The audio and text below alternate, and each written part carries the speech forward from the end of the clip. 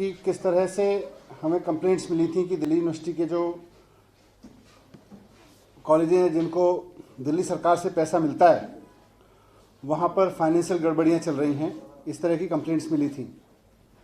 और हमारा डेटा भी आश्चर्यजनक रूप से दिखा रहा था कि वहाँ के फंड बढ़ाने के बावजूद हमेशा वहाँ फंड्स की कमी होती रहती है। तो ये क्या चक्कर है? तो हमने इसी को लेके ऑडिट सैंक्शन किया था 7 कॉलेजेस का जिनको दिल्ली सरकार फंड देती है। शुरू में इन कॉलेजेस ने काफ़ी रुकावट डाली, अपनी बुक्स नहीं दिखाई, अकाउंट्स दिखाने से मना कर दिया, जो भी जानकारी ऑडिटर मांग रहे थे वो देने से मना कर दिया। फाइनली कोर्ट के कहने पर उन्होंने ऑडिट्स के लिए अपनी बुक्स दिखाना, अपने अकाउंट्स दिखाना शुरू किया।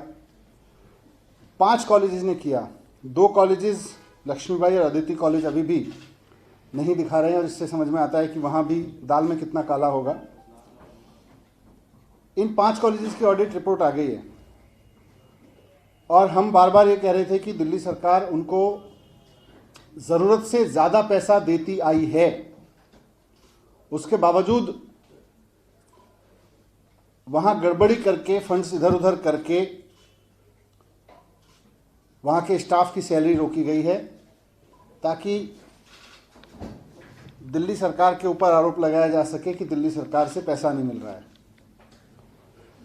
ऑडिट रिपोर्ट में ये बात साफ साफ हो गई है। ऑडिट रिपोर्ट में 2 प्रमुख चीज़ें सामने आई हैं। सबसे पहली तो ये कि इन कॉलेजेस में बहुत मनमाने तरीके से अनऑथराइज पेमेंट्स किया जा रहा था। टीचिंग और नॉन टीचिंग स्टाफ की सैलरी के नाम पर मनमाने तरीके से पोस्ट क्रिएट कर ली गई।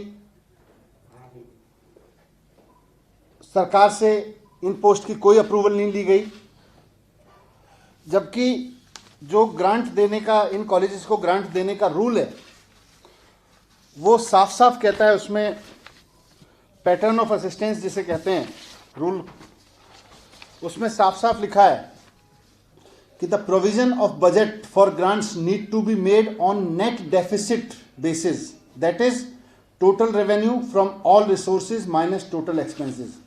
यानी इन कॉलेजेस के पास में सभी तरह के रिसोर्सेज से जितना पैसा आएगा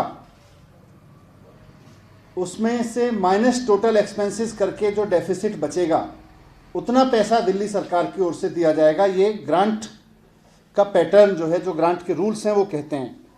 और ये अब से नहीं, 97 का भी रूल मैंने देखा, उसमें भी साफ साफ लिखा हुआ है, annual maintenance grant shall continue to be verified on the basis of net deficit formula. यानी कि कॉलेज को अलग अलग सोर्सेज से जितना पैसा मिल रहा है और उसके जितने खर्चे हैं उसमें जो कमी है दिल्ली सरकार की ओर से वो दिया जाएगा।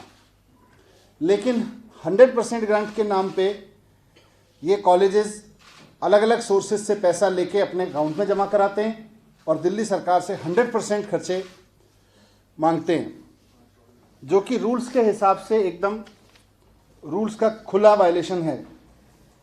और इस पैसे से दी जाने वाली सैलरीज की जब जांच की कि किस किस को दी जा रही है तो पता चला कि वहाँ बहुत सारी पोस्ट्स ऐसी हैं जिनकी ना तो दिल्ली सरकार से मंजूरी ली गई है पोस्ट क्रिएट करने के लिए और ना वहाँ पर अपॉइंटमेंट करने के लिए मंजूरी ली गई है, जबकि वो भी ग्रांट ऑफ असिस्टेंट रूल्स में साफ साफ लिखा हुआ है कि पोस्ट क्रिएट करने के लिए, अपॉइंटमेंट करने के लिए दिल्ली सरकार की मंजूरी ली जाएगी।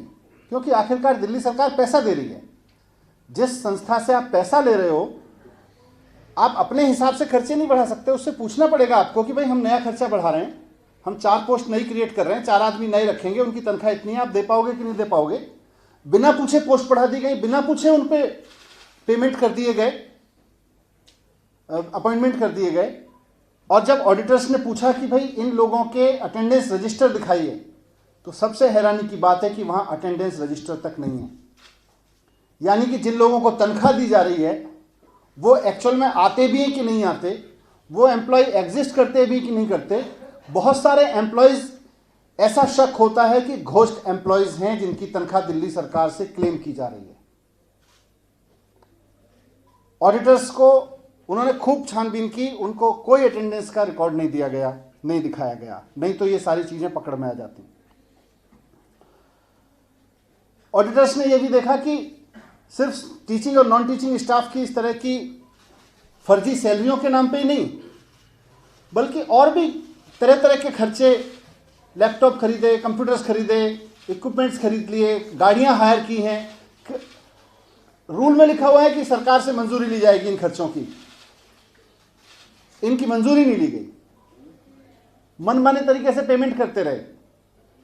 यहां तक कि आश्चर्य होगा यह जानकर कि सिक्योरिटी गार्ड के लिए पेमेंट के नाम पर 40,000 रुपए पर पर्सन खर्चा दिखाया गया, जबकि हम सब जानते हैं कि सिक्योरिटी गार्ड की जो पेमेंट्स होती हैं पूरी दिल्ली सरकार में भी हो रही हैं, जीएफआर में सारे उसमें हो रही हैं।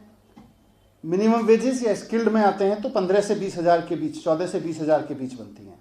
40 हज़ार रुपए पर सिक्योरिटी एजेंसी को पर पर्सन पैसा दिया गया। जब वहां के एक गवर्निंग बॉडी के आदमी ने सवाल उठाया कि भाई ये तो पेमेंट बहुत आर्बिट्ररी कर रहे हो आप लोग, तो उसको घटा के 20,000 रुपये कर दिया गया। यह भी रिकॉर्ड में निकला है। तो मनमर्जी तरीके से कहीं भी कोई भी खर्चा कर रहे हो बिना सरकार से मंजूरी लिए हुए, और बाद में कहते हो दिल्ली सरकार पैसा नहीं दे रही, दिल्ली सरकार के दिए पैसे को इधर उधर कर देते हो और फिर कहते हो दिल्ली सरकार पैसा नहीं दे रही। ये सब चीजें उसमें निकल के आई हैं।